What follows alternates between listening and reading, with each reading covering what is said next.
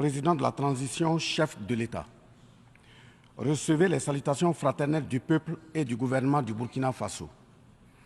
Au nom du peuple burkinabé, je m'incline respectueusement sur la mémoire des grands leaders dans le monde qui ont fait rêver et espérer d'une société humaine juste et équitable à travers leur engagement, détermination et esprit de sacrifice. Je cite notamment Fidel Castro de Cuba, Patrice Émeric Lumumba du Congo, Modibo Keïta du Mali, Ruben Unyobé et Félix Moumié du Cameroun, Sylvanus Olympio du Togo, Che Guevara de l'Argentine, Martin Luther King et Malcolm X des États-Unis d'Amérique, Nelson Mandela de l'Afrique du Sud, Jomo Kenyatta du Kenya, Amilcar Cabral de la Guinée-Bissau et des îles Cap-Vert, Marianne Ngouabi du Congo-Brazzaville, le capitaine Noël Isidore Thomas Sankara du Burkina Faso, etc. Ces leaders ont été, pour la plupart, exécutés de façon violente et d'autres assassinés à travers le feu des prisons et des empoisonnements. Leur seul crime a été pour chacun d'eux l'incarnation des rêves, des ambitions, de l'espoir des peuples meurtris, violés, violentés et pillés. Monsieur le Président, ma présence à cette tribune honorable des Nations Unies, au nom du Burkina Faso, pays des hommes intègres, n'est pas pour ériger des murs de lamentation. Je ne suis non plus pas là pour vous livrer un discours de convenance, mais j'ai été plutôt mandaté en sacrifice pour vous dire que le mensonge d'État, l'hypocrisie diplomatique, la boulimie du pouvoir, la recherche effrénée du gain, l'esprit démoniaque de domination et d'exploitation de l'homme par l'homme sont les vrais plaies qui gangrènent notre vivre ensemble et font courir toute la société à sa perte, y compris donc notre organisation, l'ONU. Son Excellence, M. Antonio Guterres, secrétaire général de l'Organisation des Nations Unies, Son Excellence, M. Joe Biden, président des États-Unis, Son Excellence, M. Denis Francis, représentant permanent de la Trinité et Tobago auprès des Nations Unies, élu président de la 78e session de l'Assemblée générale, Son Excellence, M. Luis Inácio Lula da Silva, président de la République fédérative du Brésil, permettez-moi de reprendre ici des parties de vos propos, discours respectifs prononcés à cette même tribune, à l'ouverture de cette 78e session. Primo, je cite, « Nous sommes dans un monde sans dessus-dessous. Des cadavres jonchent les plages où des milliardaires se prélassent. » Pour la deuxième personnalité, je cite, « Nous sommes à la croisée des chemins. Nous avons une cause commune, à savoir léguer à nos enfants un monde avec un bon climat social. » Fin de citation. Pour la troisième personnalité, je cite, « Malgré les difficultés, nous pouvons nous en sortir.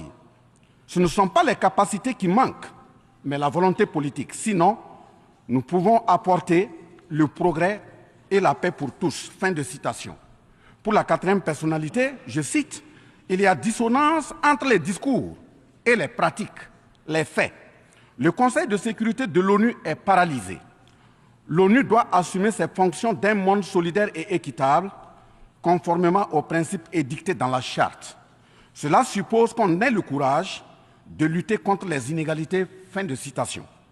La quintessence des expressions de ces quatre autres personnalités signifie clairement que les inégalités dans le monde sont voulues, sinon qu'avec un minimum de courage et de volonté politique, nous pouvons, à défaut de les éradiquer, les amenuiser à leur congrue expression. En effet, chaque année, les discours pleuvent au même titre que les promesses et engagements.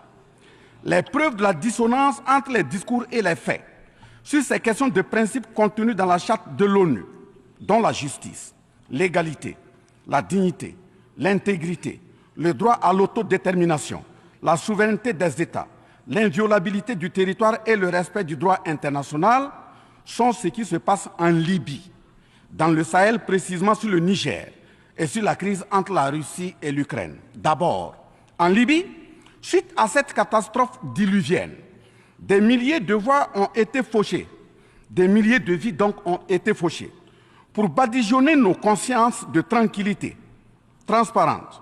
Chaque nation se précipite pour présenter sa compassion, sa solidarité. C'est certes pour donner l'impression que nous vivons en société et que nous défendons des valeurs. L'honnêteté intellectuelle le recommande et l'histoire des consciences nous reflète que nous devons présenter nos sincères excuses au peuple libyen pour avoir été, collectivement et individuellement, par passivité condamnable ou par complicité active et inacceptable, aux côtés des bourreaux qui ont été la première catastrophe anthropique en Libye. C'est cette catastrophe qui a mis la Libye à genoux en la saccageant et tuant son guide avant que les eaux de déluge ne viennent l'endeuiller davantage. Et malheureusement, à la tête de cette catastrophe humaine était l'ONU sous la résolution 1970 et le silence coupable, voire la complicité de la CEDEAO et de l'Union africaine. Cette macabre intervention, avec la France de Nicolas Sarkozy en tête, a liquidé le guide libyen, le colonel Mouammar Kadhafi, le 20 octobre 2011. Si les condoléances au peuple libyen avaient un minimum de bon sens et sans hypocrisie, cette diplomatie macabre n'aurait jamais lieu autour du cas du Niger pour y créer une Libye bis. Ensuite, pour preuve que les relations internationales sont teintées d'une haute hypocrisie diplomatique, dénudées de conscience, de morale, de dignité, d'intégrité, de justice, donc de paix, ce sont encore les mêmes gesticulations dans un aliment scandaleusement mortifère qui s'agitent comme des fauves autour de leur proie blessée pour la dévorer. Aujourd'hui, nous avons fait le constat malheureux que, contrairement au discours de profession de bonne foi prononcé à cette tribune de l'ONU, invitant au respect de la Charte de l'ONU et du droit international, les dirigeants représentant le peuple frère du Niger ont été pratiquement interdits d'accès au siège des Nations Unies. Le Burkina Faso condamne fermement cette manœuvre sordide qui relève de pratiques moyenâgeuses. Cela ne peut évidemment se faire que par des esprits en perte de valeurs essentielles pour toute vie harmonieuse en société. De ce fait, nous renchérissons pour dire que l'ONU ne doit en aucun cas être un instrument dans les mains d'un quelconque pays.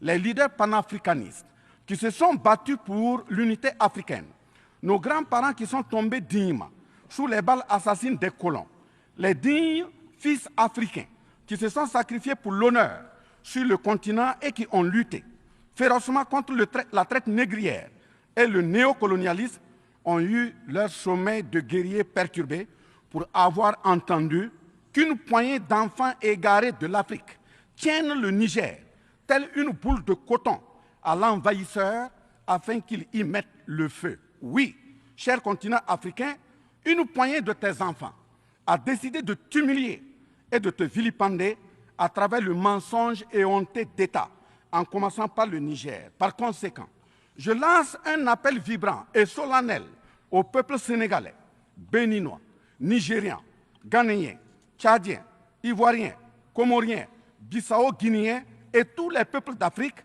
à se mobiliser davantage dans la fraternité et la solidarité africaine afin d'éviter que les impérialistes mettent le feu au Niger, comme le cas de la Libye.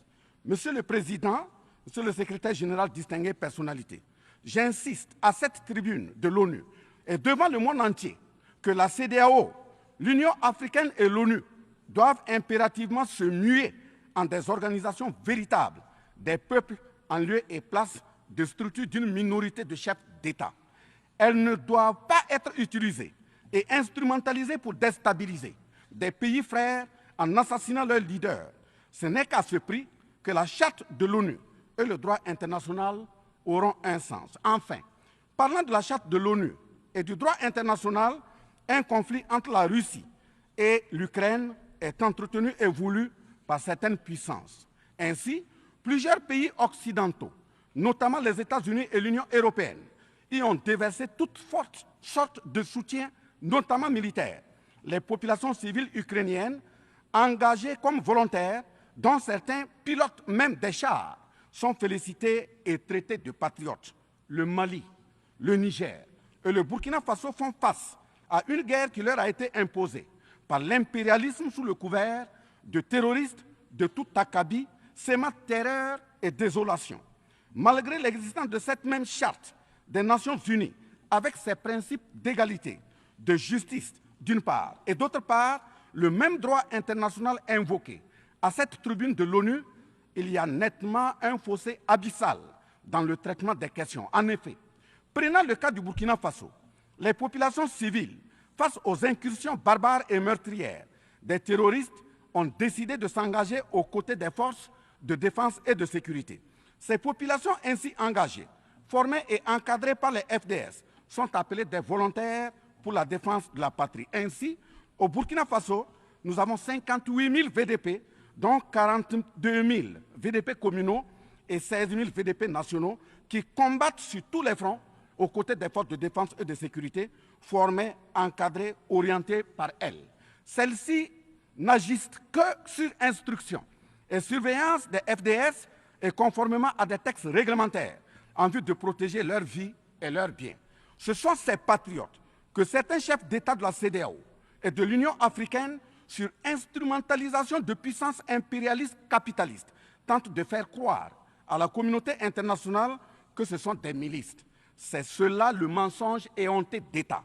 Monsieur le Président, si la communauté internationale était honnête et sincère dans son engagement contre le terrorisme, il ne perdurera point, de sorte à ce que des populations civiles s'engagent et se forment pour assurer leur propre défense.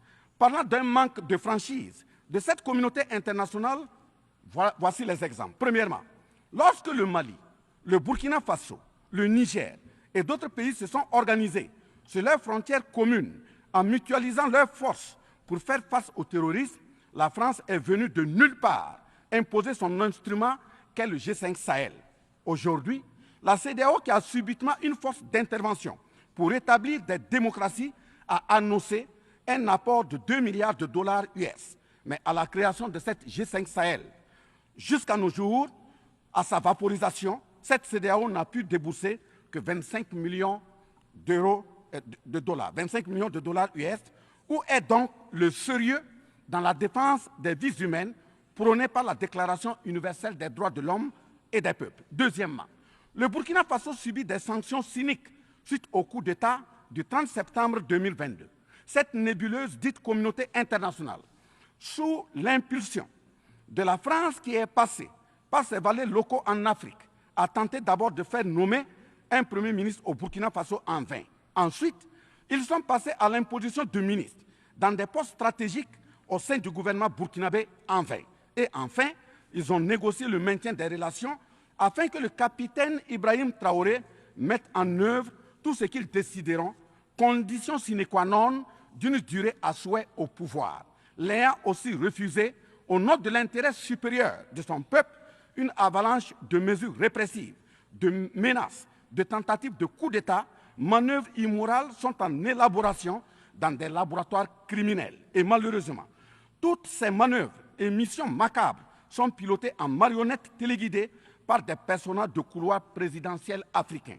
C'est ainsi que même cette fameuse initiative d'Accra, sans le Mali, n'a pas fait long feu. Troisièmement, en plus des coupures d'aide, d'annulation de conventions de formation de nos forces de défense et de sécurité, nous assistons au blocage de notre matériel militaire, commandé avec la sueur de nos compatriotes, toujours sous l'impulsion de la France. En exemple, pour les vecteurs aériens nécessaires pour le contrôle et la défense du territoire, nous avons eu un contrat avec le Brésil, dont la licence d'armes devait provenir de la Belgique et le système de navigation de tir, ainsi que des caméras des États-Unis d'Amérique, puis un moteur du Canada. Ces moyens sont aujourd'hui fallacieusement et cyniquement bloqués. Vous parlez de défense des droits humains à cette tribune de l'ONU. Je vous invite donc à nous livrer incessamment nos armes pour la défense et la protection de nos populations meurtries. En tout état de cause, vous êtes solennellement saisis. Et si rien n'est fait, l'histoire vous tiendra responsable de non-assistance à personne en danger. Monsieur le Président, Monsieur le Secrétaire général, ce tableau peu reluisant de cette communauté internationale caractérisée par la non-assistance à États en proie au terrorisme, l'hypocrisie internationale, la suprématie de quelques puissances au sein de l'ONU, la complicité au pillage de l'Afrique, etc., ne commande-t-il pas la traduction de cette communauté internationale devant la Cour pénale internationale? En un mot, notre sécurité sera assurée par nous-mêmes en priorité et non par quelqu'un d'autre. Sur la question de la présence de Wagner au Burkina Faso, chantée par une certaine presse téléguidée depuis l'Élysée, je répondrai ceci. Oui, Monsieur le Président, c'est nous les Wagner du Burkina Faso. Oui, ces braves forces de défense et de sécurité et volontaires pour la défense de la patrie sont les Wagner du Burkina Faso. Par conséquent, du haut de cette tribune de l'ONU, je magnifie le sacrifice de tout patriote au nom de l'intérêt national. Je salue vivement la mémoire de tous ceux qui sont tombés les armes à la main et magnifie le courage et l'intégrité de ceux qui sont toujours en vie et foncent inexorablement et de façon sacrificielle vers la victoire de notre peuple et la sauvegarde de notre patrie.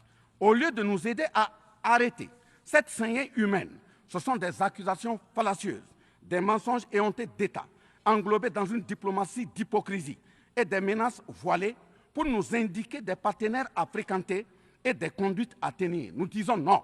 Au nom de la même charte des Nations Unies et du droit international que vous évoquez tous et toutes ici à cette tribune, les peuples africains en général et sahéliens en particulier sont résolument engagés à assumer absolument et pleinement leur émancipation totale pour un progrès social véritable. Ainsi, le Burkina Faso liera de façon souveraine ses partenariats avec qui il veut et achètera ses moyens de défense avec qui il veut. Qu'un pays s'appelle Russie, Iran, Turquie, Azerbaïdjan, Cuba, Nicaragua, Corée du Nord, le Burkina Faso y achètera et y vendra librement ses produits sans intermédiaire, encore moins une autorisation de qui que ce soit. Et cela advienne que pourra. Monsieur le Président, le Secrétaire général, parlant toujours d'hypocrisie et de mensonges d'État, dans cette question de lutte contre le terrorisme, en général et dans le Sahel en particulier, voici d'autres faits que vous n'ignorez certainement pas et j'en suis certain. Primo, dans le Sahel, nous avons près d'une dizaine de milliers de soldats d'armées étrangères, composés en majorité de soldats français, mais également des soldats américains, allemands, italiens, etc., avec des armes, des matériels volants et de surveillance des plus sophistiqués au monde.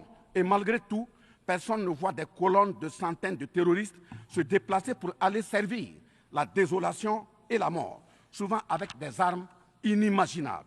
Au Mali, au Niger et au Burkina Faso, il n'y a ni usine de fabrique d'armes, ni de munitions. Qui recrute donc ces terroristes? Qui les entraîne? Qui les dote en permanence? Qui les nourrit et avec quels moyens? Croyez-vous à cette philanthropie au nom de laquelle des Occidentaux vont envoyer leurs militaires au Sahel mourir pour des beaux yeux des Sahéliens? Si oui, qu'est-ce qui justifie les énervements et autres gesticulations puériles et diplomatiques dès qu'on dit à la France de déguerpir militairement? La vraie raison, ce sont les ressources du sous-sol au Sahel. En effet, l'Assemblée nationale française a voté la loi numéro 057-7-27 du 10 janvier 1957, parue dans le journal officiel de la République française du 12 janvier 1957, portant création de l'Organisation commune des régions sahariennes, OCRS, qui regroupe des parties du Mali, du Burkina Faso, du Niger, de la Mauritanie, de l'Algérie, etc. Cette zone n'a jusque-là pas d'égal dans le monde en termes de richesse de sous-sol. À titre d'exemple, la nappe phréatique la plus importante va de la Mauritanie à la Somalie, en passant par le Mali, l'Algérie, la Libye, le Niger, etc. Le journal Le Monde du 23 juin 1957 avançait le chiffre de 6 à 7 millions de tonnes de pétrole comme production potentielle annuelle du Sahara. En plus de ces ressources naturelles, nous avons l'uranium, l'or, le cobalt, le zinc, le diamant, le lithium, le cuivre, etc. Si vous, les Occidentaux, vous aimez tant les Sahéliens pour y amener vos militaires, mourir au nom de la démocratie, de la liberté, des droits humains et de la paix, pourquoi tout le continent africain, qui compte 1,3 milliard d'habitants, dont le deuxième continent le plus peuplé, avec 30 415 873 km² et 54 États, n'a aucun siège permanent au sein du Conseil de sécurité avec un droit de veto. N'est-ce pas là, au-delà d'un crime d'État, un crime onusien? Donc, halte aux mentions diplomatiques grossiers consistant à dire que ces puissances impérialistes viennent au Sahel pour défendre la démocratie et des droits humains. Parlant de droits humains, je vous rappelle que la première charte au monde sur cette question de droits humains de l'homme est bien celle de Kouroukan-Fougan de 1236 au Mandé actuel Mali. De ce fait que les moralisateurs expansionnistes gardent leur rhétorique de respect des droits humains à géométrie variable pour leurs terroristes qu'ils encadrent. Secondo, l'Afrique n'aime pas comparer les morts. C'est un manque d'éducation que de le faire. Par conséquent, je m'incline respectueusement sur la mémoire de toutes les nationalités ayant perdu la vie en Afrique en général et au Sahel en particulier. Ainsi, sur les sorties hasardeuses, condescendantes et malheureuses du président de la République française Emmanuel Macron, et qui frise souvent le ridicule, tout en se glorifiant d'une hypothétique condescendance sur les peuples africains, je m'impose le devoir de lui faire un petit cours d'histoire sur sa propre histoire. Voilà pourquoi les salles de classe sont faites pour que les enfants apprennent les cours et grandissent bien, que de s'adonner à autre chose, au risque de se perdre à jamais. Mais pour commencer, je précise qu'aucun peuple africain ne s'est opposé au peuple français. Il n'y a pas donc de sentiment anti-français en Afrique. Il n'y en aura jamais du fait de notre légendaire hospitalité et amour du prochain. Il y a que les peuples africains refusent la condescendance, l'arrogance, l'insolence, la suffisance, le paternalisme, le pillage de ses ressources et le crime organisé. En effet, pour votre mémoire, M. Emmanuel Macron, d'abord, je rappelle l'appel à travers la BBC en Angleterre le 14 juin 1940, lancé par votre propre grand-père, le général de Gaulle, à l'endroit de l'Afrique pour venir sauver la France des griffes des nazis. Comme rappel, nous avons 17 000 Maliens morts pendant les 2 guerres mondiales, d'une dette de sang que la France semble avoir occultée. S'ils le veulent, qu'ils aillent dans le livre, confère livre de Bakary Kamian, professeur agrégé de l'université Sorbonne. J'ajoute dans ce même document, à la page 344, au tableau 21, les vétérans soudanais des 2 guerres. Il en résume un total du Burkina Faso, du Mali et du Niger à 82 208 combattants qui sont tombés. Et au niveau de l'Afrique occidentale française, il y a eu 154 519 combattants mobilisés, qu'ils se confèrent donc aux sources Henri Léger, rapport de fin de mission en AOF Dakar, le 13 juin 1950, archives du Sénégal, code 4 D 68, entre parenthèses 89, voire annexe 5. Ensuite, le 17 novembre 1986, François Mitterrand, président français d'alors, en réponse au capitaine Thomas Sankara, disait ceci, je cite, « L'Afrique a été pillée. J'ai parlé de matières premières. J'aurais dû parler des hommes. Pendant des siècles, on vous a exploité humainement. On a volé vos hommes, vos femmes, vos enfants. On s'est servi de vous. Je comprends votre refus, votre révolte, et j'approuve votre combat. Vous avez raison de refuser d'être un continent sacrifié. Le moment est venu où vous devez vous-même développer vos économies à partir de ces biens et de ces hommes. Et le devoir de ces pays qui ont profité abusivement du travail africain, c'est de restituer à l'Afrique une part de ce qui a été pris au travers des siècles derniers. » Fin de citation. Effectivement, l'Afrique a toujours été vachement pillée, mais elle reste riche en hommes, en valeur et en richesse minière. Pour preuve, parlant de ses ressources minières, l'Afrique, c'est 30% des ressources minérales mondiales, 40% des réserves d'or, 33% des réserves de diamants, 80% des réserves de coltan, 60% des réserves de cobalt, 55% des réserves en uranium, etc. C'est pour la défense ferme de cette Afrique que la jeunesse africaine est plus que jamais debout. Monsieur Macron, avez-vous encore besoin d'un peu d'histoire pour vous remémorer Enfin, bien avant cette sortie regrettable et donc malheureuse du président français Emmanuel Macron, il s'était attaqué, comme tant d'autres de ses compatriotes politiciens, à la maternité africaine. Et là aussi, je tiens à lui rappeler que l'Allemagne compte 80 millions d'habitants environ sur une superficie de 347 000 km² face au Congo, qui a 95 millions d'habitants sur une superficie de 2 345 000 km².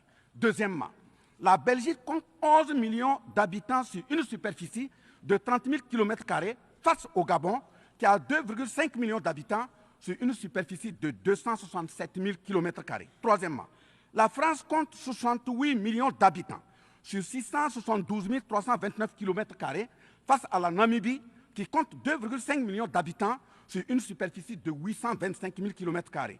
C'est fort de tout ce qui précède que, justement, Aimé Césaire, paix à son âme, disait, je cite, « L'Afrique est le seul continent au monde où les populations chantent et dansent et applaudissent pour ceux qui les appauvrissent, les affament et les torturent. Le malheur de l'Afrique, c'est d'avoir rencontré la France. » Fin de citation. Certes que l'Occident a violenté, volé et violé l'Afrique. Quelle est notre part de responsabilité en tant que dirigeants africains? N'est-ce pas nous, dirigeants africains, qui prêtons le flanc pour qu'on nous piétine? En effet, nous avons abandonné notre identité pour ne rien être. Nos noms ont disparu pour faire place à d'autres noms importés et qui ne collent pas à nos réalités. Il nous faut reconquérir notre culture.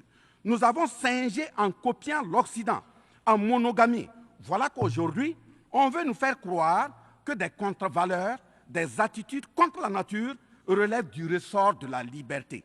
Il ne sera pas question d'homosexualité en Afrique, je le répète. Il ne sera pas question d'homosexualité chez nous. Monsieur le Président, ce qui vient d'être décrit sont les étiquettes profondément malheureuses d'une ONU aujourd'hui résumée qu'à sa portion de forme, car 1,2 milliard de personnes sont plongées dans la misère. 2 000 milliards de dollars US dans l'armement. 20 fois le budget de l'ONU dans le nucléaire. Sur les questions de développement, l'Afrique reçoit du FMI et de la Banque mondiale 34 milliards de dollars contre 160 milliards de dollars pour l'Occident. La paralysie du Conseil de sécurité de l'ONU, la paralysie de l'Organisation mondiale du commerce, la montée des tensions suite au repositionnement géostratégique. L'Organisation mondiale du commerce également encore bloquée. Le Fonds monétaire international, FMI et la Banque mondiale qui fonctionnent en véritable usurier. L'Organisation mondiale de la santé qui est de plus en plus dominée par les firmes pharmaceutiques de rente, donnant ainsi une priorité commerciale que sociale aux vaccins tels que le vaccin contre la Covid-19. L'ONU qui devient de plus en plus l'ombre d'elle-même de par les tentatives de sa prise en otage par un conglomérat de puissances internationales impérialistes, brouillant ainsi la clarté et le sérieux dans ses prises de position, etc. Par conséquent, les peuples africains en général, et sahéliens en particulier, se battront vigoureusement pour que la CEDEAO, l'Union africaine et l'ONU soient des institutions au service véritablement des peuples du monde pour leur profonde émancipation et le progrès social véritable.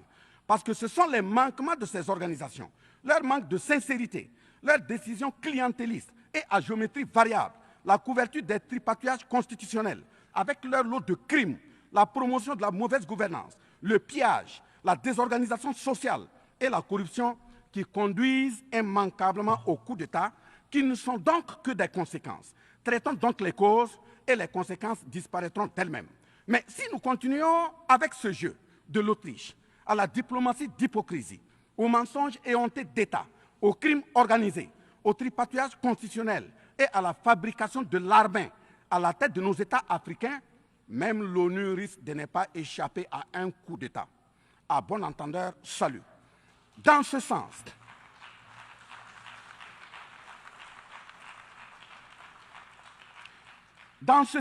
et afin de prendre leur destin en main, le Mali, le Niger et le Burkina Faso ont signé l'Alliance des États du Sahel, en abrégé AES. L'AES est une architecture pour la sécurisation de nos pays, partant du traité révisé de l'autorité de développement intégré de la région de l'Iptako-Gourma. Prenant en compte la situation sécuritaire et surtout le manque de franchise dans le partenariat, il s'agit de compter sur nos propres ressources en recherchant la mutualisation de nos moyens et à œuvrer à faire disparaître les discontinuités dans les espaces de manœuvre opérationnels. Monsieur le Président, je vous signifie avec force et fermeté, dans une haute et intelligible voix que, primo, nous, peuple africain, sommes foncièrement démocrates. Pour preuve, notre attachement à la dignité humaine transcende la démocratie. Ce que nous refusons, c'est moins donc la démocratie que le piège de la démocratie qui nous est tendu. Ainsi, la démocratie électoraliste s'est avérée un moyen de contrôle de nos États à travers le jeu de chaises musicales de dirigeants très souvent imposteurs, corrompus, voleurs, violeurs de constitution, car étrangers au seul intérêt de nos États africains qui vaillent. Secondo, nous, Africains, sommes-nous aujourd'hui reconnus dans notre dignité d'homme, au sens de un homme égal à un homme? La réponse assurément est non, au-delà des convenances circonstanciées, pour nous endormir et mieux nous asservir. Triste pour le continent noir, reconnu scientifiquement comme berceau de l'humanité, mais dans la réalité humilié, placé sous contrôle dominé. Des indépendances factices aux guerres fratricides, de la démocratie électoraliste aux aides biaisées, des guerres de rapine au terrorisme malicieusement fabriquées, entretenues et injectées dans nos contrées africaines, notamment au Mali, au Burkina Faso et au Niger. Il y a une seule constante: nous dominer, maintenir le pied sur notre cou, tel le cas de notre malheureux frère George Floyd aux États-Unis, ici même. Est-ce cela la démocratie? Et il se trouve des partisans de cette conception étriquée de la liberté pour justifier intellectuellement l'asservissement et la barbarie contre nos peuples en lutte pour leur dignité et leur souveraineté au nom d'un principe paradoxal de liberté qui, in fine, assassine la liberté. Oh liberté, quel crime n'a-t-on pas commis en ton nom? C'est pourquoi nous décidons désormais de dire non. Non à tous ces amis qui veulent du bien au point de nous menacer de guerre pour imposer leur amitié. Nous adapterons notre démocratie tant brandie et chantée par des loups dans des pots de bélier afin de sécréter par nous-mêmes le leadership politique adéquat pour nos peuples en vue de leur bonheur. Oui, l'émancipation totale et le progrès social véritable pour nos peuples constituent la finalité de toute action, qu'elle soit politique, économique, socio-culturelle et ou sécuritaire. Troisièmement, les peuples africains en général, et ceux sahéliens en particulier, ont découvert des chaînes d'aliénation économique, sécuritaire, socio-culturelle matérialisées en accord secret avec la France et sont engagés à les casser pour leur émancipation véritable. Ce sont entre autres, premièrement, la dette coloniale. Nous n'allons pas fermer les yeux et la payer tout en laissant nos populations mourir de faim et de soif et voire de maladie. Deuxièmement, la question de la monnaie dont le franc CFA, appelé franc des colonies françaises d'Afrique, n'est pas une priorité africaine. Au plan juridique, la propriété est le droit de jouir et disposer des choses de la manière la plus absolue. Confère article 544 du Code civil français chez eux-mêmes. Un brevet est donc détenu par la France sur le franc CFA. Elle est par conséquent propriétaire du franc CFA et elle la loue aux États francophones africains. Ce qui est marrant en plus est que le biais produit par la France pour l'Afrique de l'Ouest diffère de ceux de l'Afrique centrale en valeur monétaire sous la même appellation franc CFA. Le seul document reconnaissant le franc CFA est le décret numéro 45-0136 du 26 décembre 1945, dont les signataires furent Charles de Gaulle, président du gouvernement provisoire, René Pleven, ministre des Finances, et Jacques Soustel, ministre des Colonies. Quatrièmement, la priorité aux intérêts aux entreprises françaises dans les marchés publics et appels d'offres publics, c'est terminé. Cinquièmement, le droit exclusif de fournir des équipements militaires et de former les officiers militaires des colonies, là également c'est terminé, etc. Quatrièmement, personne n'applaudit un coup d'État. Mais si nous ignorons que ces coups d'État sont souvent des conséquences de la mauvaise gouvernance et des tripatouillages constitutionnels pour s'offrir des mandats supplémentaires, il y en aura toujours. Donc, ayons la lucidité de combattre les vraies causes en restant exigeants sur le respect des règles démocratiques et de la bonne gouvernance. Cinquièmement, les peuples africains ne sont pas opposés au peuple français, mais c'est plutôt la politique française, pleine de condescendance, qui est rejetée. En effet, la France, en refusant le rapatriement de son ambassadeur récusé au Niger, est une violation du droit international, notamment l'article 9 alinéa 1 et 2 de la Convention de Vienne sur les relations diplomatiques de 1961.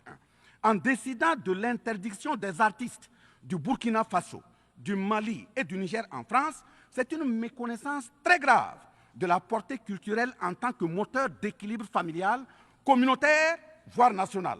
L'artiste est un médecin du psychique, même à distance. En déclarant qu'ils ne veulent pas de chômeurs, de migrants, de voleurs, etc. en France, nous en Afrique en général, et au Sahel en particulier, ce sont les producteurs de chômeurs et de voleurs via le pillage cynique de nos ressources que nous ne voulons pas.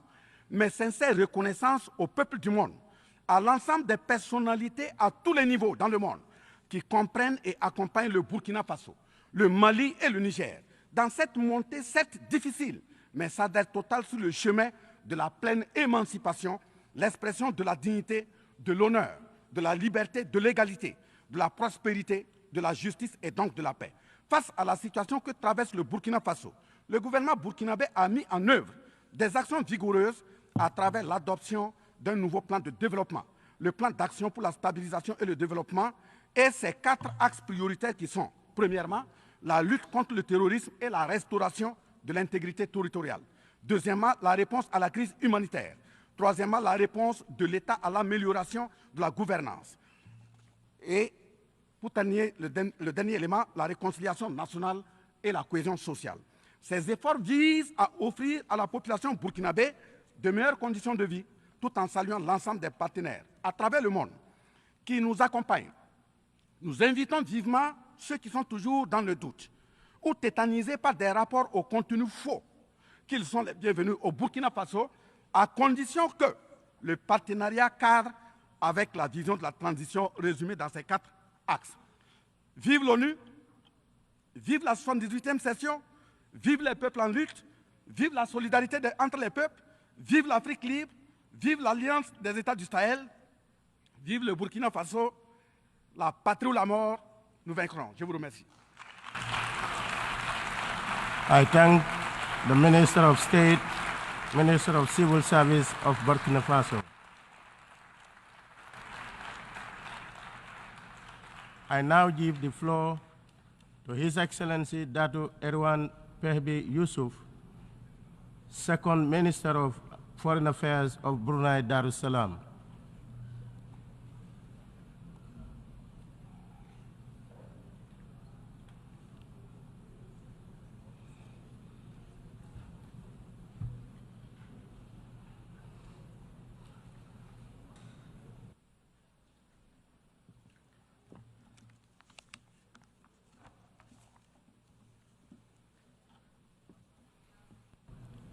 Bismillahirrahmanirrahim. In the name